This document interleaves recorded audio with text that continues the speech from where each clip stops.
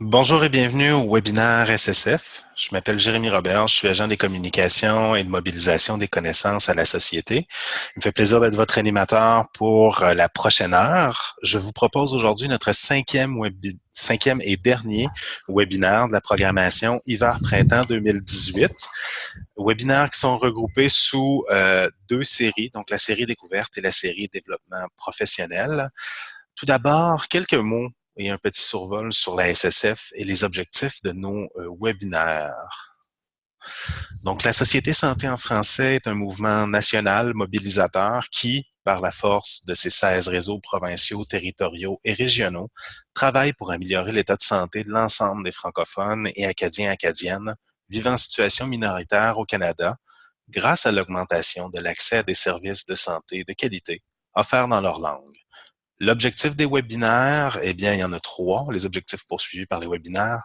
Premièrement, offrir un meilleur accès aux nouvelles connaissances, faciliter la prise de décision éclairée par les données probantes, favoriser les interactions entre producteurs et utilisateurs de connaissances.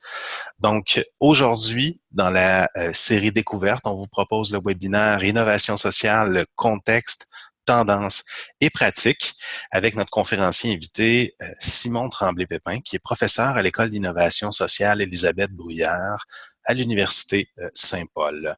Le webinaire va se dérouler en deux temps. On va avoir la présentation réalisée par Simon et puis suivra une période de questions-commentaires sur le sujet.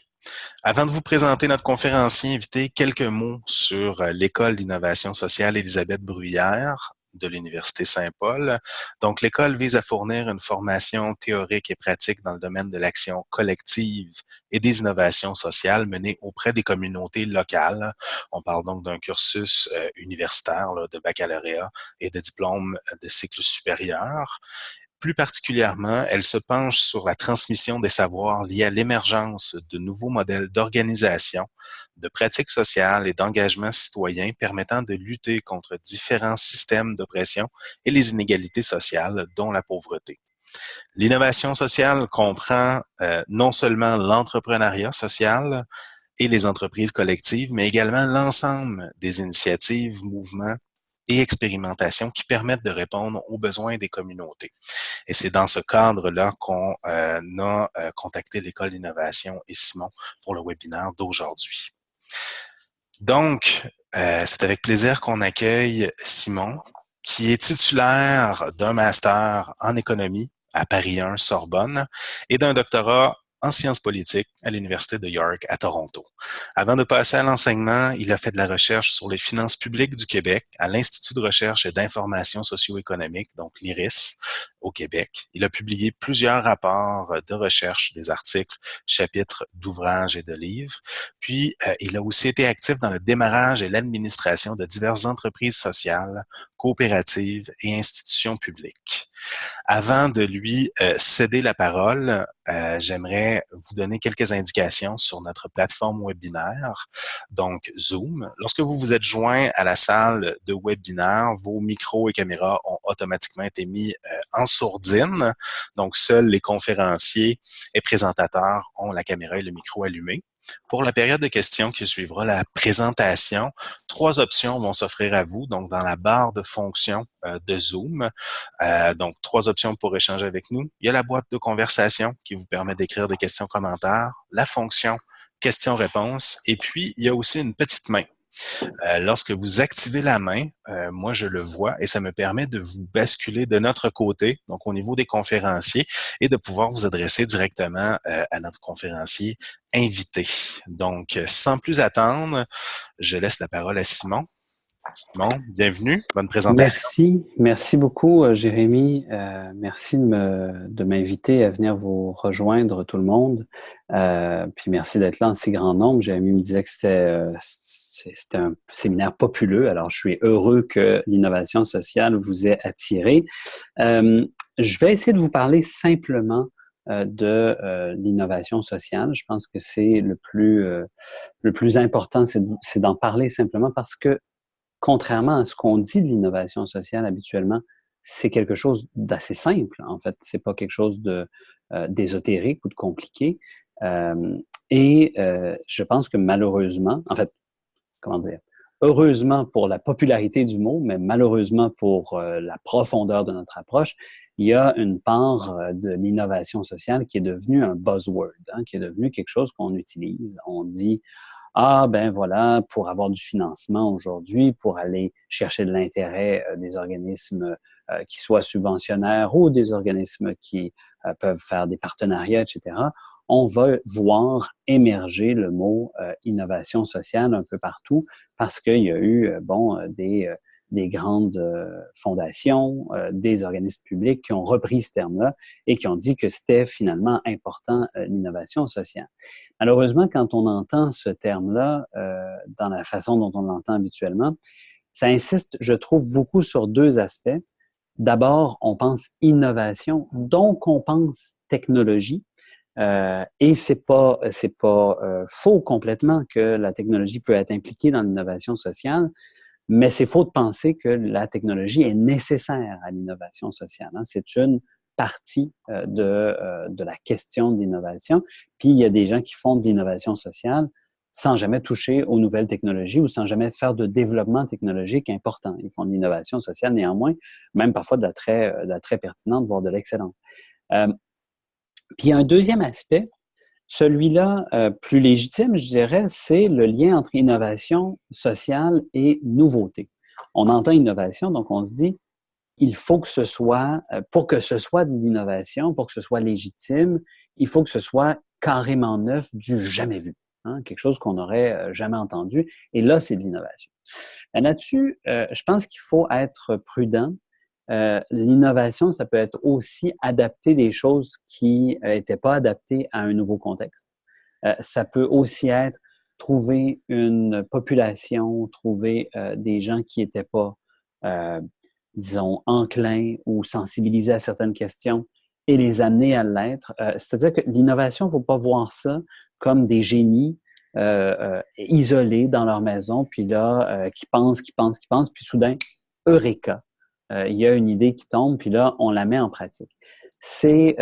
Même, je dirais que cette vision-là de l'innovation, généralement répandue, est assez nocive, en fait, est assez négative pour penser l'innovation sociale, pour deux raisons. D'abord, elle se pense constamment dans une logique de rupture avec ce qui existe et ce qui est. Or, l'innovation arrive pas toujours par un processus. Ça peut arriver par un processus de rupture, mais c'est pas toujours le cas. Il y a des innovations qui peuvent être qu'on qualifierait d'incrémentales, hein, qui vont s'ajouter à des choses qui existent déjà. Puis il y a aussi l'idée du personnage isolé, hein, du génie créateur, généralement un homme, généralement âgé, qui pense et puis là qui arrive avec une idée. Cette vision-là, un peu caricaturale, je l'entends bien, mais qui est quand même largement répandue, elle nous nuit quand on pense à l'innovation parce que généralement, l'innovation, c'est une affaire de gang, hein, c'est une affaire qui se fait en groupe. Alors, c'est pour ça que je veux vous parler d'innovation aujourd'hui.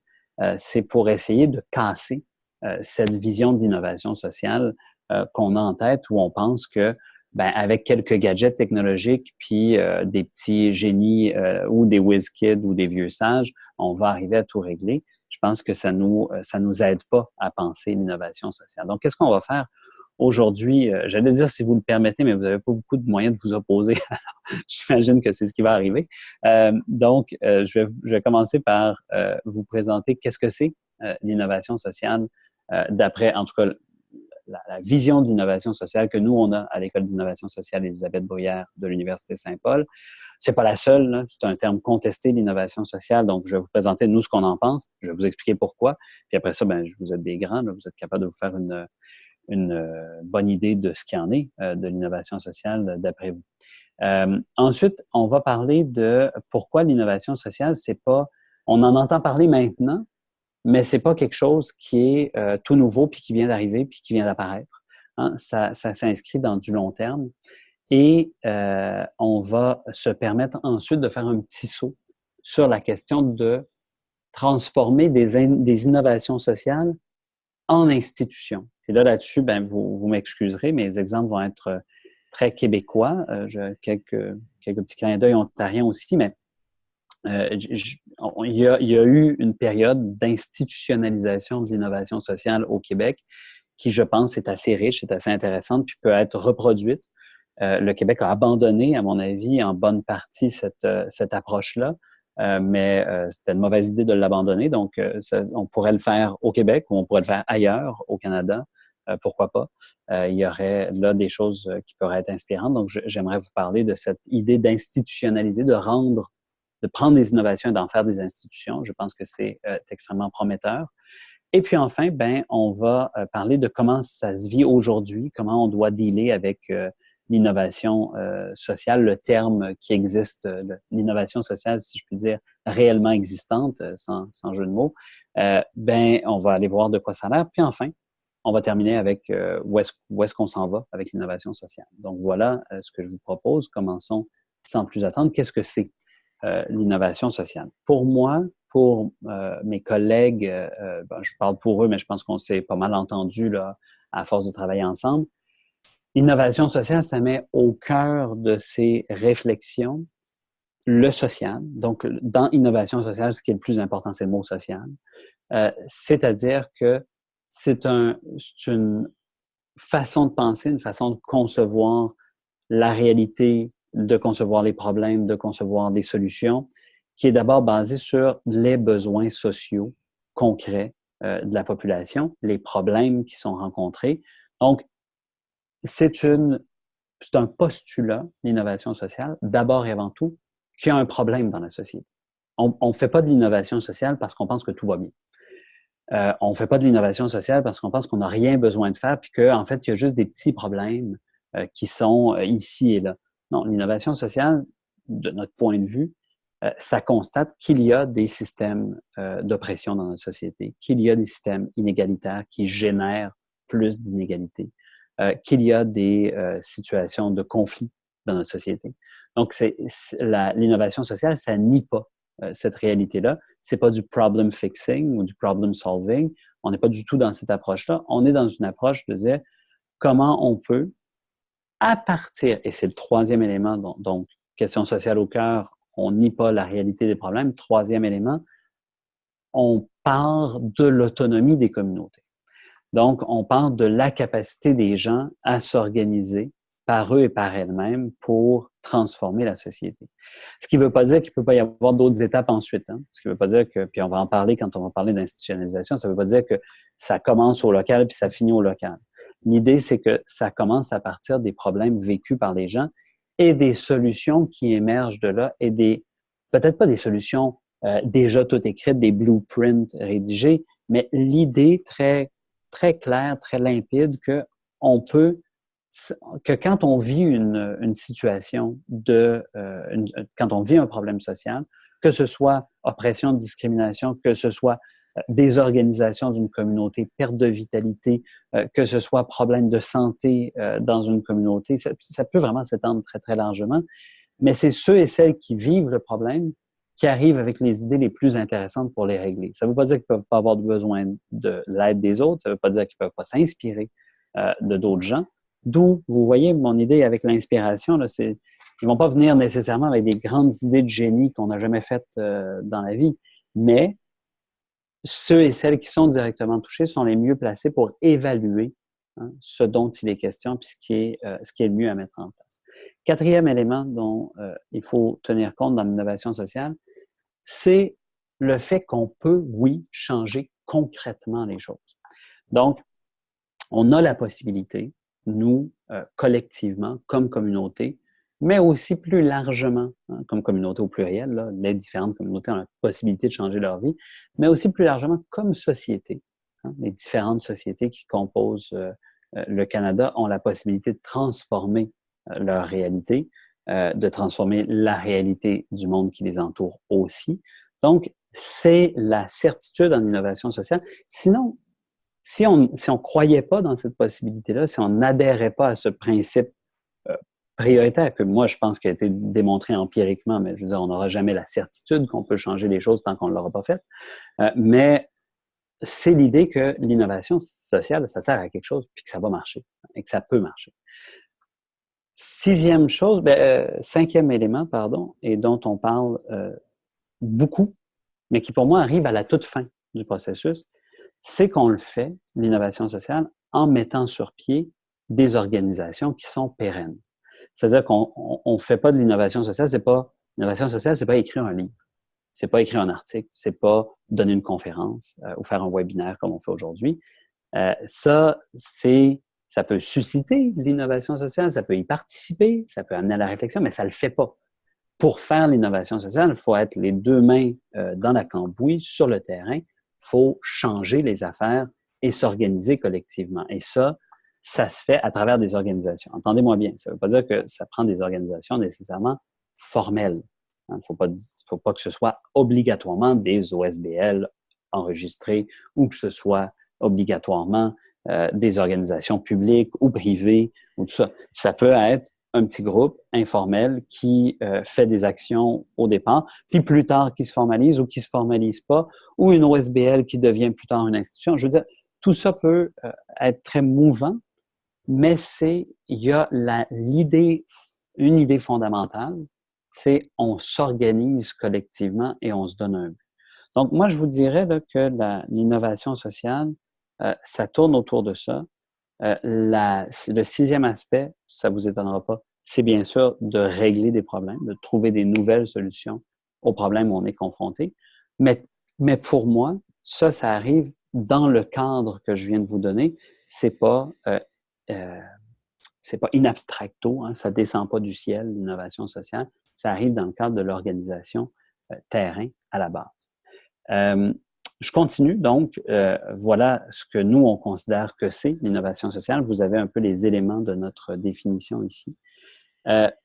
Pour moi, je voulais vous dire dans un deuxième temps que l'innovation sociale, c'est rien de neuf. Il n'y a rien dans l'innovation sociale qui a été découvert au début des années 2000 parce qu'on a commencé à en parler.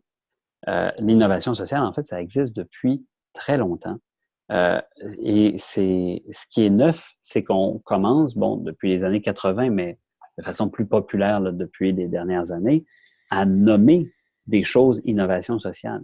Mais les choses préexistent, existaient avant qu'on mette une étiquette dessus. C'est pas parce qu'on a commencé à les nommer comme ça qu'on les a inventées. Donc, l'innovation sociale, c'est une pratique très, très simple. Sa reconnaissance seulement est nouvelle, c'est ce que je vous disais. Et on a des tas d'exemples de ça qui peuvent être de très petite taille, des gens qui décident de s'organiser localement pour obtenir des services dans un domaine qu'ils n'avaient pas. Peut-être qu'ils s'organisent tant qu'ils s'organisent de façon autonome, tant que leur stratégie, c'est pas de dire on va attendre que ça vienne. Bon, si c'est ça leur stratégie, là, ils innovent pas, effectivement, ils sont encore dépendants de quelque chose d'autre. L'idée, c'est de dire, nous, on a besoin de ce service-là, on va prendre des moyens pour se l'offrir, puis pour dire, voilà, ça va exister désormais. Et ça, l'histoire du Québec, l'histoire du Canada, des différentes communautés, des communautés francophones aussi, qui ont été particulièrement minorisées, isolées dans leur histoire, donc qui ont dû se débrouiller, qui ont fait preuve d'inventivité puis d'imagination. Justement, cette inventivité sociale-là, elle porte désormais le nom d'innovation sociale. Mais quand on décidait de se dire, nous, on ne se laissera pas tomber, on va s'organiser un centre communautaire chez nous, puis on va se donner des services qu'on n'a pas autrement, on n'appelait pas ça innovation sociale, mais on le faisait pareil. Donc ça, il faut garder ça en tête, c'est un élément essentiel, me semble-t-il, de l'innovation sociale. Il y a plusieurs exemples récents dont on pourrait parler. Je me rappelle par exemple d'un cas comme à Québec, il y a des infirmières qui se sont organisées à travers notamment leur organisation syndicale pour offrir des services en santé. Elles se sont dit, nous, on va former un OSBL qui va offrir des services en santé donnés par des infirmières. Ça s'est appelé la clinique SABSA. Et ils se sont dit, oui, nous autres, on sait qu'il y a des problèmes en santé, on sait que les gens n'y ont pas accès. On va s'organiser, puis on va leur en donner et on va montrer au monde que ça peut fonctionner. Et ils en ont fait une démonstration assez imposante. De la même façon, un autre exemple à Montréal, la Maison Bleue, qui est un centre de naissance, de lien avec des sages-femmes, avec des docteurs, tout ça, donc qui lie un organisme public, public privé, là, donc un GMF, un organisme de santé assez traditionnel, et un OSBL, et qui offre des services pour les gens qui sont autour là, de situations où il y a eu une naissance et tout ça, et qui ont besoin de services, et qui offre des services communautaires. Ben, ça s'était jamais fait avant, ça s'est fait, et là, il y a plein de gens, des milliers de gens maintenant, qui ont participé, qui ont été là pour avoir des services et qui en ont obtenu. Je pense à d'autres cas, la Maison Verte, Maison Bleue, Maison Verte, j'ai l'air de vous faire une énumération de couleurs, mais en Ontario, cette fois, où dans les années 80, des femmes se sont organisées pour dire, nous, on va faire de la sylviculture, on va s'organiser, on va se trouver des emplois, on va s'en donner des emplois dans un secteur où on n'est pas du tout attendu, effectivement, pour dire le moins, et qui vont développer une entreprise qui fonctionne encore aujourd'hui.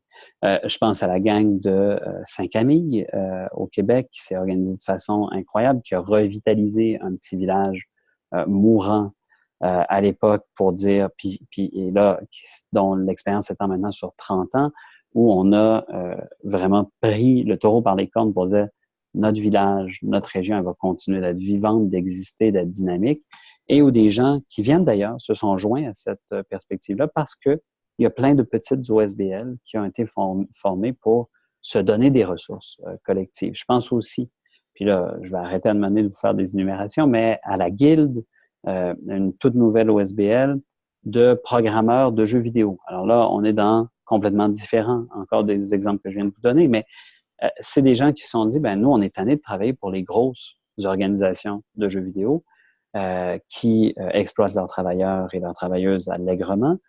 On veut s'organiser collectivement. Le travail qu'on fait, il est collectif. Un jeu vidéo, tu peux pas tout faire tout seul, mais il faut que tu te mettes en gang. Mais en même temps, on n'a pas le goût nécessairement d'avoir un patron. Donc, on va s'organiser dans une guilde où on va coopérer entre producteurs pour produire des jeux vidéo. Et là, je pourrais continuer. Dans l'Outaouais, ici, où je me trouve, il y a la fromagerie Saint-Albert, qui est une coop très ancienne, qui continue jusqu'à aujourd'hui.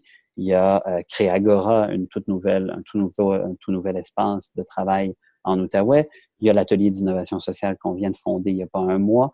Donc, des espaces d'innovation sociale, il y en a plein. Il y en a des très vieux, il y en a des très jeunes, mais il y a une continuité dans notre histoire collective qu'il faut reconnaître aussi, puis se dire, ben, on est habitué de faire ça, s'organiser collectivement, et l'innovation sociale met ça en valeur. Je continue en vous parlant de la transformation de ce que moi j'appellerais l'institutionnalisation de l'innovation sociale. Et je sais que c'est un terme qui est repris par d'autres aussi. Donc, au Québec, et là je vous donne l'exemple québécois parce que pour moi il est marquant et il est intéressant, il y a quelques exemples classiques de choses que des communautés ont parties. Donc, des gens qui se sont dit, nous, on a ce besoin-là, on va le faire, exactement comme je vous disais tantôt, ce qu'est l'innovation sociale, et qui sont devenus des institutions publiques reconnues et répandues, certaines qui ont connu un avenir un peu triste et funeste, puis d'autres qui sont en plein déploiement encore aujourd'hui. Un bon exemple de ça, c'est évidemment les cliniques populaires qui ont démarré avec la clinique populaire de Pointe-Saint-Charles à Montréal, un quartier ouvrier où on a démarré une clinique populaire pour avoir des services et qui ont influencé grandement le modèle des CLSC au Québec, modèle aujourd'hui défunt, mais pas défunt pour les bonnes raisons, si vous me posez la question, dont on devrait encore s'inspirer aujourd'hui sur son caractère pluridisciplinaire. Passons, je ne veux pas faire l'apologie ici des CLSC, mais c'est quand même l'impressionnante histoire de gens qui se sont dit on va s'organiser localement et que leur idée a essaimé à travers tout le Québec. Mais c'est la même chose si vous pensez aux services de garde au Québec. Les CPE qu'on connaît aujourd'hui, ben, ça a commencé par des garderies populaires qui étaient l'idée de militants et de militantes, de gens de leur communauté qui les ont construites. C'est la même chose si vous regardez du côté des coops d'habitation.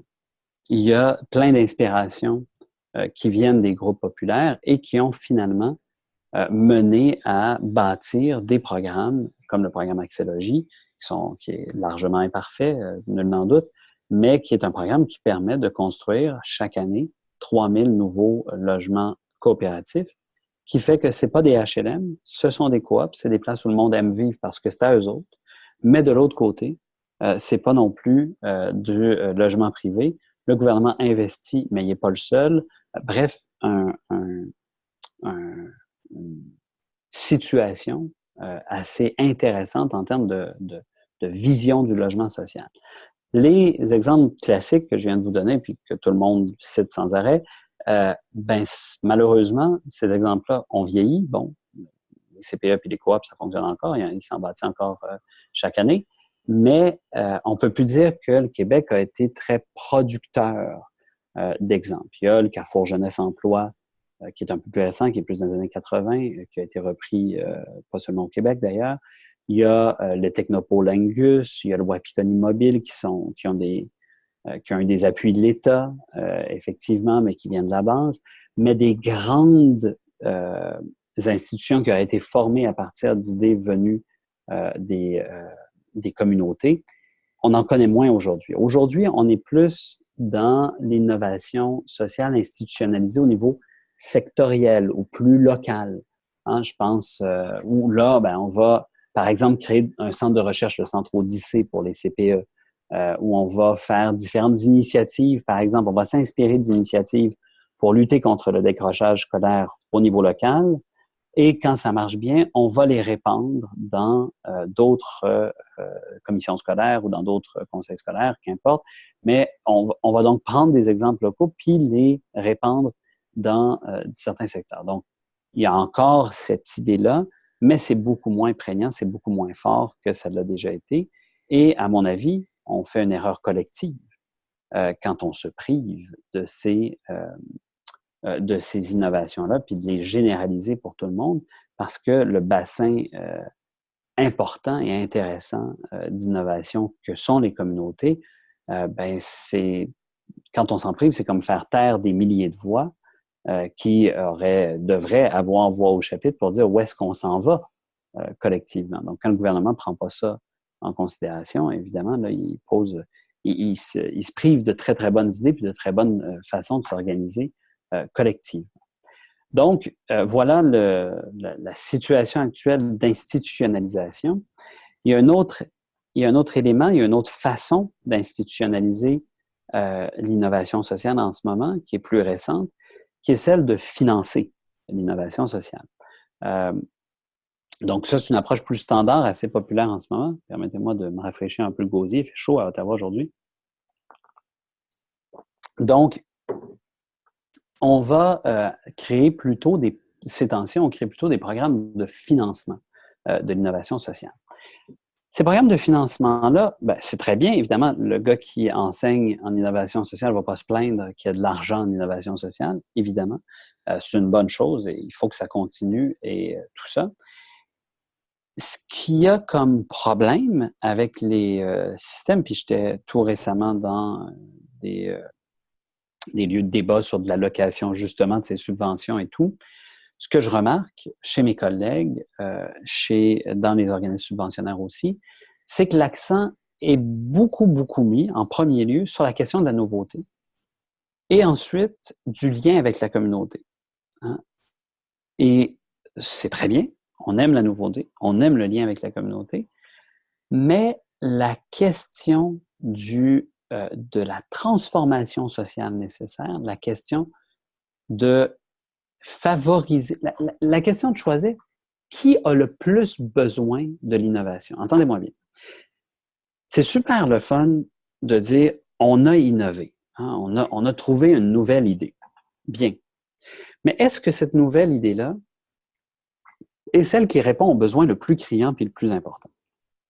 Évidemment, on a tous notre idée sur, en même temps, je pense qu'on peut s'entendre aussi sur un certain nombre d'affaires, mais on a tous nos idées sur qu'est-ce qui est le plus important et qu'est-ce qui est le plus criant. En tout cas, plusieurs personnes ont des idées divergentes.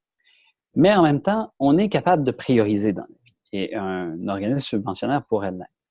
Et la tendance, c'est plutôt à prioriser sur les capacités novatrices et le lien communautaire et pas beaucoup sur les besoins sociaux puis le potentiel de transformation des rapports sociaux des innovations qui sont subventionnées ou pas. Donc, en ce moment, mettons que vous êtes ratoureux et que vous vous demandez, hein, là, je ne présume pas du tout de vos intentions, mais vous vous demandez comment on pourrait faire une demande de subvention qui fit avec l'innovation sociale. C'est sûr qu'en ce moment, si vous démontrez que vous avez la capacité, vous êtes en bon lien avec des organismes du milieu, vous avez bien défini les besoins et surtout, vous avez des mesures d'impact, hein, pour mesurer tout ça et que vous avez une proposition neuve. Donc, vous avez ces 4 critères-là, hein, de la nouveauté, des mesures d'impact, un besoin puis un lien avec la communauté. Généralement, si vous êtes bon sur ça, vous devriez pouvoir obtenir un peu de financement en innovation sociale. Ce qui est super, ce qui est tant mieux. Mais une question qu'on ne vous posera pas en ce moment, c'est, oui, mais ça, là, est-ce que ça nous mène collectivement vers une transformation sociale d'importance ou vers une amélioration importante de notre situation sociale? Cette question-là va toujours rester en sous-entendu. Ce qu'on va vous poser comme question, c'est répondez-vous aux besoins précis de ce groupe-là? Et c'est là qu'arrive la mesure des impacts sociaux, hein, le Social Impact Measurement, puis toutes ces affaires-là. C'est très, très intéressant ce qui se fait là-dedans parce que ça ouvre des débats qui, pour moi, ne sont pas inutiles, là. Évidemment, se demander, quand on fait quelque chose, ça marche-tu? C'est pas une mauvaise chose dans la vie. Cependant, comme toutes les mesures, comme tous les indicateurs, qu'ils soient sociaux, qu'ils soient économiques, ben, les indicateurs, ils ont tendance à favoriser le quantifiable, hein. Ils ont tendance à favoriser la quantité au-dessus de la qualité. Ils ont tendance à aussi demander beaucoup, beaucoup de temps puis d'énergie pour que l'impact soit mesuré. Donc, il faut prévoir c'est quoi les indicateurs qu'on va utiliser, mettre en place une série de propositions de mesure des indicateurs d'impact sociaux et ensuite procéder à la mesure en question et le faire par des gens qui ont les compétences pour le faire et qui ont les études pour le faire, du moins le plus possible. Et là, vous vous retrouvez à faire beaucoup d'investissements sur la mesure et prendre de l'investissement qui aurait été grandement nécessaire pour la transformation sociale, pour finalement payer des gens à mesurer vos impacts. Je dis pas que c'est inutile, entendez-moi bien. Il est bon de savoir ce qu'on fait, de le mesurer puis d'avoir des bilans. Mais, comment dire, il y a une tendance à se dire, ah ben quand je tiens des mesures d'impact, je tiens quelque chose de sûr. Et là, je tiens quelque chose qui me permet effectivement de comparer les résultats d'un investissement en innovation sociale par rapport à un autre. Donc, j'ai quelque chose aussi qui me permet de regarder un dossier par rapport à un autre, de faire un suivi, de dire, ah, eux autres, ils nous ont donné des bonnes mesures la fois précédente, ils vont peut-être nous en donner la fois suivante. Donc, il peut y avoir une tendance dans les organismes subventionnaires à dire, je tiens quelque chose de stable ici et je vais pouvoir me baser là-dessus pour pouvoir octroyer mon financement. Je serais très prudent avec cette tendance-là. Je pense qu'il faut éviter le plus possible de donner trop d'importance à ces mesures d'impact-là. Il faut bien vérifier, faire des bilans, j'en suis, mais si on se concentre uniquement sur la mesure d'impact, si on se concentre uniquement sur nos indicateurs, on va se retrouver à être expert en indicateurs pour des projets toujours de la plus petite envergure, puis le plus précisément mesurable, parce que plus vous prenez une part de gâteau, c'est comme quand des étudiants viennent me voir pour me parler d'un projet de thèse ou d'un projet de mémoire. Je leur dis toujours, si tu veux être prudent, si tu veux savoir, si tu veux faire la chose qui correspond le mieux à ce que tu as à faire comme travail pédagogique, comme travail scolaire, eh bien, prends l'enjeu le plus petit possible. Parce que là, tu vas pouvoir atteindre tous tes objectifs. Mais si c'est ça qu'on a comme objectif avec l'innovation sociale, je pense qu'on se tire dans le pied. Je pense qu'on est à côté de l'objectif général de l'innovation sociale, qui est d'amener des transformations importantes. De la même façon, que quand des grands auteurs en sciences sociales ont écrit des moments marquants de la pensée, ils l'ont pas écrit en se disant « Ah, je vais prendre la chose la plus modeste possible, je vais me réfréner à une proposition extrêmement simple pour atteindre des petits objectifs. » Non, ils avaient des idées ambitieuses, ils avaient des réflexions de grande portée. Je pense qu'il y a moyen, comme collectivité, comme communauté, de se dire voici les problèmes auxquels on est confronté et c'est ça qu'on se donne comme impact, même si c'est ambitieux, de les transformer. Je termine en vous parlant de l'avenir de l'innovation sociale. Je vais être pessimiste un moment, mais je pense qu'il faut, il faut avoir une dose, en tout cas de réalisme certainement, puis oui, parfois de pessimisme pour savoir où on s'en va. La probabilité est forte que l'innovation sociale devienne un buzzword has-been, si je peux dire, un ancien buzzword, qui passera comme les autres, comme la bonne gouvernance, dont certains d'entre vous se rappellent peut-être, la responsabilité sociale des entreprises, genre et développement. Je veux dire, je pourrais vous faire une série de buzzwords et je suis sûr que vous en auriez des listes et des meilleures que les miennes, qui ont fait partie de ce qui a suscité des demandes de subventions, puis des programmes, puis etc. C'est pas mauvais en soi, cette tendance-là. Ça permet le renouvellement de la pensée, du financement, des expériences. Donc, c'est pas, je veux pas jeter la pierre à personne, hein. Le fait qu'on change nos approches, c'est normal. L'affaire, c'est que généralement, ces histoires de mode, parce qu'il y a de la mode derrière ça, ont pour effet que les financements pérennes, l'inscription dans le long terme se fait plus difficilement. S'il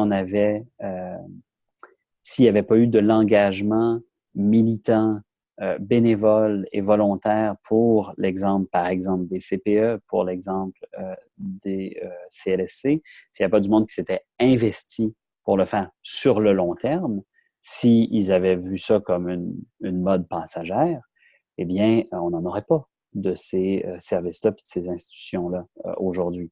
Donc, il y a quelque chose qu'on peut se dire, ben, il serait dommage, bien que ce soit probable, il serait dommage de voir l'innovation sociale passer comme quelque chose d'autre. Cependant, ça c'est le côté négatif. Cependant, je veux vous parler de ce qui est peut-être pas probable, mais ce qui est possible, c'est qu'on continue longtemps, pour encore longtemps, de considérer l'innovation sociale comme une des formes que prend la volonté des communautés de transformer leur situation, leur environnement, leur contexte, de régler leurs problèmes, de s'inscrire dans la durée pour ce qui est de leur évolution.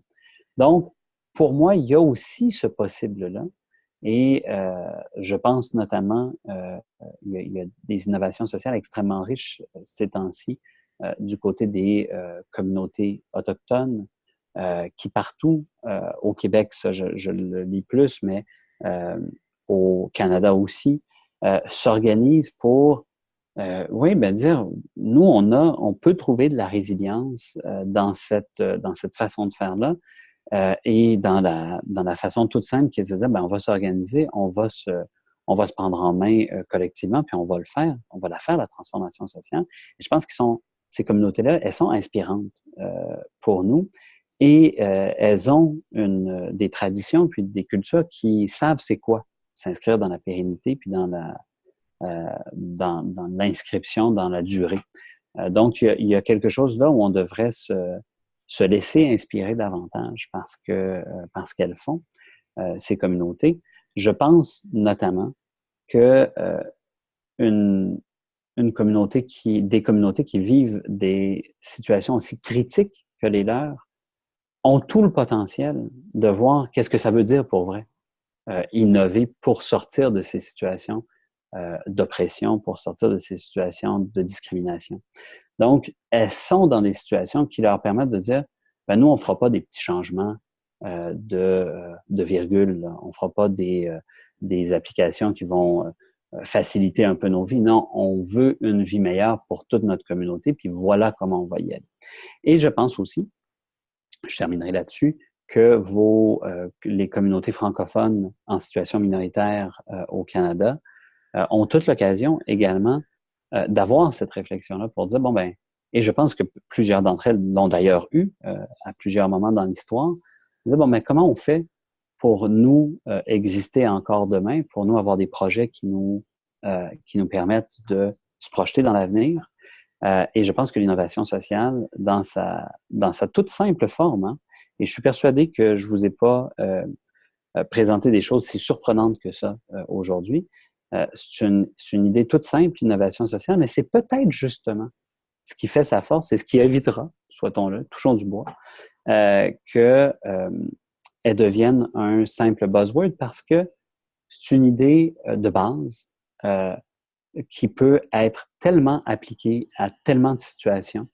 Et en fait, on n'a même pas besoin de l'avoir nommé, on l'a prouvé pendant des décennies, pour l'utiliser. Donc moi, il y a une confiance, j'ai une confiance aussi que les gens vont continuer de faire de l'innovation sociale, même si la mode passe, parce que cette logique-là, elle tombe juste sous le sens de dire, ben, quand on a des problèmes, on s'organise, on se met ensemble, puis on les règle. Je terminerai ici, Jérémy, pour discuter avec vous maintenant. Excellent. Merci beaucoup, Simon. C'était une très, très bonne présentation. C'est stimulant. Ça nous fait réfléchir aussi. Je vous rappelle que pour interagir avec nous pour la période de questions, pour laquelle il nous reste environ une bonne quinzaine de minutes, vous avez 3 options. Donc, la fonction boîte de conversation, la fonction questions-réponses que je surveille moi de mon côté, et puis la possibilité de lever votre petite main. À ce moment-là, je vous bascule du côté des conférenciers et puis vous pouvez vous adresser directement à Simon pour poser votre question. Donc, la parole est à vous. Je vais vous laisser un petit 15, 20, 30 secondes pour formuler vos questions. Soyez pas timide. J'en ai peut-être une pour toi, Simon. Comment on réconcilie cette tendance-là que peuvent avoir justement les programmes qui sont orientés et tout ça sur une logique de, bon, qu'est-ce que j'ai pour mon argent avec je dirais, quelque chose qu'on sentait bien dans ton exposé, là, de dire ça prend un peu de l'espace là, pour faire de l'innovation sociale. C'est pas vrai qu'on va réussir à tout capter, là. Mais écoute, c'est la difficulté à laquelle j'étais confronté tout récemment dans un espace où on faisait de l'évaluation de dossiers pour des gens qui demandaient de l'argent en innovation sociale. Ça existe à cette heure, donc ils nous invitent, puis on essaie de trouver des choses. Et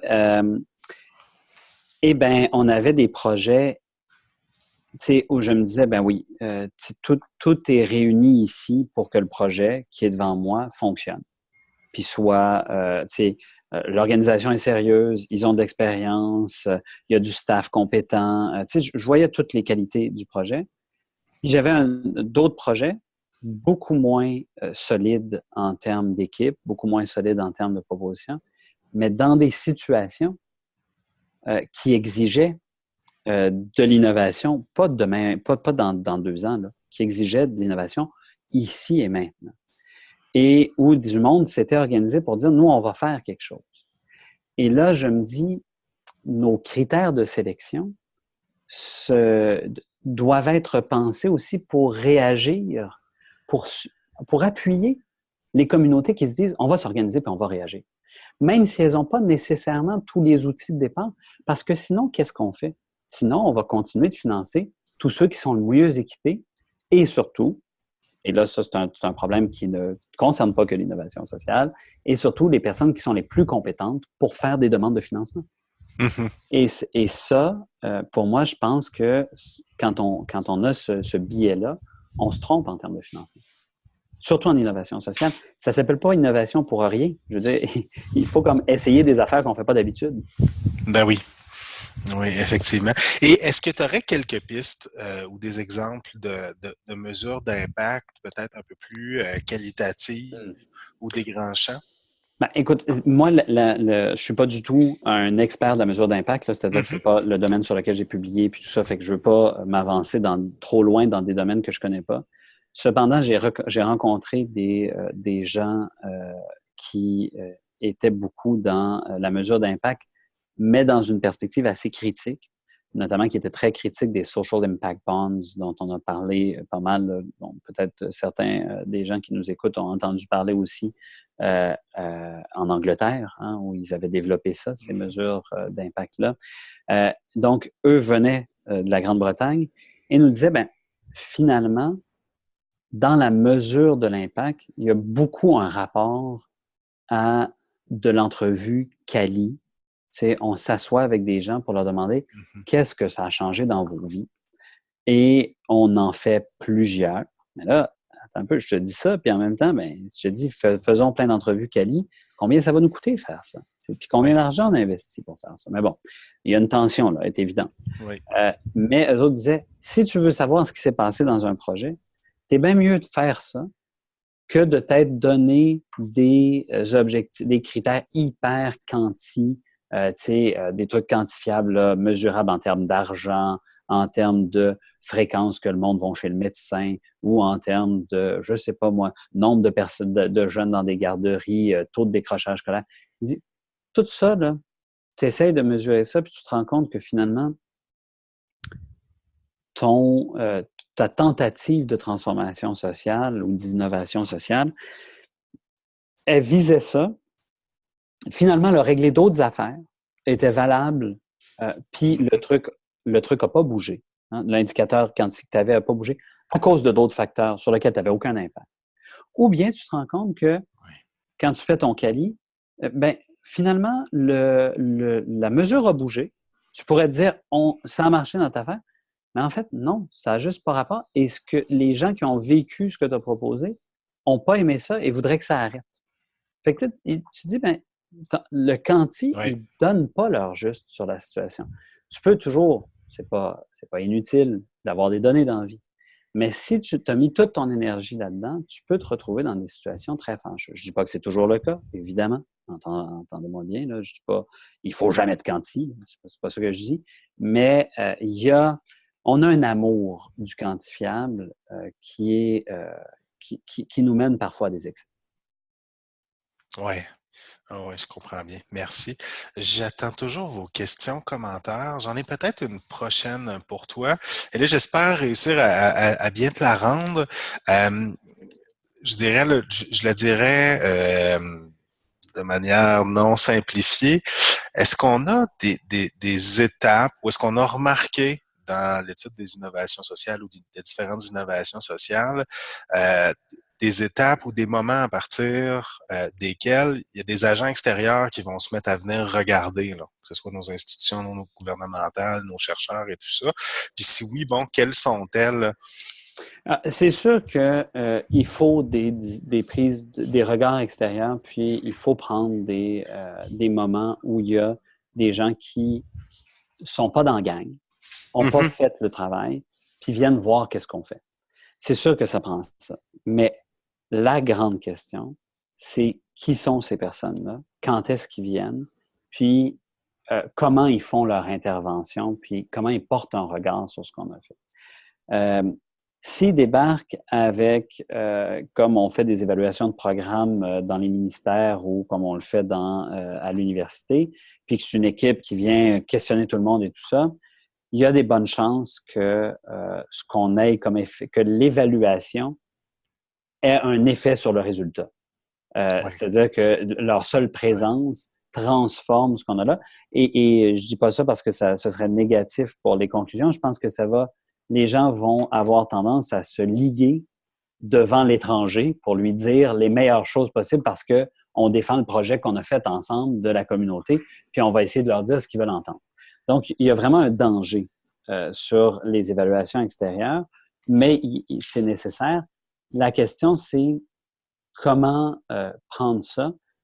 Est-ce qu'on n'a pas besoin d'avoir des gens de l'extérieur qui sont en lien avec d'autres groupes de la communauté, avec d'autres antennes qui, elles, peuvent être plus en lien facilement sans un effet de disruptive, là, sans un effet destructeur, disons, de la situation. je pense que c'est à réfléchir comment on évalue tout ça, si on va avoir une évaluation juste. Puis ce que tu viens de poser là est en lien avec ta question précédente des mesures. Tout ça est ensemble. Mais je vois qu'on a des questions, là. Oui, on a deux questions. J'ai Caroline Vézina qui est directrice à la programmation ici à la Société Santé Français. Qui nous dit bonjour Simon et merci pour cette présentation éclairante. Les éléments de définition présentés, soit d'adapter des actions selon un nouveau contexte, correspondent bien à ce que font plusieurs organisations de la francophonie, dont les réseaux de santé en français depuis les 15 dernières années. Quelles sont les limites de l'innovation après avoir été un modèle innovateur? La suite peut-elle être autre chose que l'institutionnalisation? Je vais être super clair et répondre en un mot à la question. Oui, bien sûr, la suite peut être autre chose que l'institutionnalisation et elle n'a pas besoin d'être la disparition, la déchéance. Il n'y a pas comme deux choix, ou on s'institutionnalise ou on meurt. Évidemment pas. Et effectivement, puis je suis content, Caroline, que tu évoques le fait que ça existe déjà et ça existe depuis des années. C'est le cœur de ce que moi je défends, c'est-à-dire que l'innovation sociale, c'est pas nouveau. On est là depuis longtemps à en faire. Maintenant, est-ce qu'on peut exister autrement que s'institutionnaliser? Oui, mais c'est-à-dire que oui, on peut exister autrement que devenir une institution publique ou privée, bien sûr, ça se peut, mais il y a toujours la tension, si c'est le cas, de la pérennité. Puis je pense que tous les organismes, puis tout le monde qui est en ligne doit le savoir aussi, comment on s'inscrit dans la durée si on n'est pas soutenu de façon systématique, et c'est ce que permet l'institution, par les pouvoirs publics. Dans ce cas-là, souvent ce qui arrive, c'est qu'il faut justifier notre existence constamment, et là arrive toute la question des mesures que tu donnais tantôt. Donc, le défaut de la non-institutionnalisation, c'est de toujours devoir chanter pour payer son souper, comme disent les Anglos, de toujours devoir faire la démonstration qu'on est encore là, qu'on est encore pertinent, puis que ça marche encore. Et donc, ça fait qu'on consacre une grande quantité de ressources à faire ces démonstrations-là. Donc, oui, c'est possible, ça demande énormément d'énergie, mais, et là, c'est l'avantage, c'est le côté positif de ça, c'est que ça évite parfois une bureaucratisation forte. C'est le défaut de l'institutionnalisation. À partir du moment où ça devient une institution, il y a des risques qui sont c'est pas nécessaire, c'est pas obligé, mais il y a des risques qu'on tombe dans une structure rigide qui est plus capable d'évoluer, tandis qu'une structure plus autonome, elle peut avoir, moi j'ai déjà vu des groupes autonomes qui se sont institutionnalisés, qui se sont pas institutionnalisés, mais qui se sont bureaucratisés par ailleurs. Hein. Ça existe ça aussi. Mais en général, on a plus d'autonomie, puis plus de légèreté, puis plus d'agilité quand on reste autonome des institutions. Merci Simon. J'ai une dernière question. On va avoir 2 minutes pour y répondre. Donc, il nous vient de Benjamin Stoll, qui est notre directeur général du réseau santé en Colombie-Britannique. Donc, bonjour Simon. Merci pour ces précisions sur l'innovation sociale. Quels seraient les arguments clés pour convaincre des bailleurs de fonds d'aider des petits organismes pour agir concrètement sur des actions locales pérennes? En ce moment, les arguments concrets, là, ce qui va vous amener de l'argent de la part des bailleurs de fonds, pour moi, c'est démonstration d'un besoin local. Il faut que vous ayez un autre organisme que vous ou des populations cibles que vous avez rencontrées puis que vous êtes capable de démontrer, qui disent « on a besoin de ça ». Eux autres, ce qu'ils veulent faire, nous, on en a besoin, on a ce besoin-là. Deuxième chose qui va vous permettre d'avoir de l'argent dans des trucs qui financent l'innovation sociale, c'est faire la démonstration que vous avez une proposition qui n'est pas déjà en place. Donc, le caractère novateur, là, c'est vraiment de dire, regardez ce que nous, on fait, personne ne l'a fait. Bon, ils l'ont fait il y a 20 ans, là, généralement, ça va aller, mais je veux dire, en ce moment, cette proposition-là n'existe pas, n'est pas présente sur le terrain et nous, on innove avec ça. L'autre élément qui va aller, puis ben, c'est en lien avec la question du besoin, mais c'est de démontrer, puis ça, la plupart de vos organisations n'auront pas de problème avec ça, démontrer qu'il faut il faut un lien, vous avez un lien avec la communauté, c'est-à-dire que vous êtes bien ancré, vous savez de quoi vous parlez. Si vous faites ces 3 démonstrations-là, et que la présentation, bien évidemment, là, que le document est bon, puis tout ça, les chances sont assez bonnes que vous ayez de l'argent. Parce que c'est beaucoup là-dessus qu'on va. Là où moi, je souhaiterais qu'on évalue les choses, puis qu'on ne le fait pas, comme je vous en parlais tantôt, c'est l'idée, ben, c'est quoi ça va changer à long terme, cette affaire-là? Comment ça va faire une transformation pour que notre monde vive mieux? Pas juste répondre à un besoin concret ici et maintenant, mais plus généralement, vers où ça nous porte? Ça, c'est la question qu'on ne vous posera jamais, mais que j'aimerais bien qu'on vous pose des fois dans des demandes de subventions. Benjamin te remercie, Simon. Donc, ben écoutez, nos questions sont épuisées. Je vous ai partagé dans la boîte de dialogue notre lien vers l'évaluation. Et puis le webinaire là, touche à sa fin. Simon, je partage mon écran simplement pour vous dire en quelques mots que vous pouvez recevoir les prochaines invitations pour nos webinaires. Donc, la prochaine programmation va être à l'automne 2018. Simplement nous écrire à info@santéfrançais.ca. Vous pouvez toujours consulter en ligne la programmation et les webinaires des anciennes programmations. Donc, santé.français webinaire, c'est aussi sur notre portail. Et merci de prendre quelques minutes pour remplir l'évaluation. C'est toujours très apprécié de nos conférenciers. Donc, vous avez l'hyperlien ici et dans la boîte de dialogue. Donc, je vous remercie beaucoup pour votre participation. Simon, merci tout spécial à toi pour la présentation et le contenu. Mais merci à vous. Moi, je me permets de vous dire que l'École d'innovation sociale, on a entre autres des programmes pour les professionnels, notamment un diplôme d'études supérieures en développement des organisations sociales. Vous voyez dans quelle logique on s'inscrit. Allez visiter notre site web, celui de l'Université Saint-Paul. Vous allez voir les programmes qu'on a là. Ça pourrait peut-être vous intéresser, vous ou vos collègues. C'est disponible en français et en anglais. Les programmes sont entièrement bilingues chez nous, donc vous avez le moyen d'étudier en français quelque chose qui peut vous intéresser. Voilà. Excellent. Merci. Au Au revoir. revoir.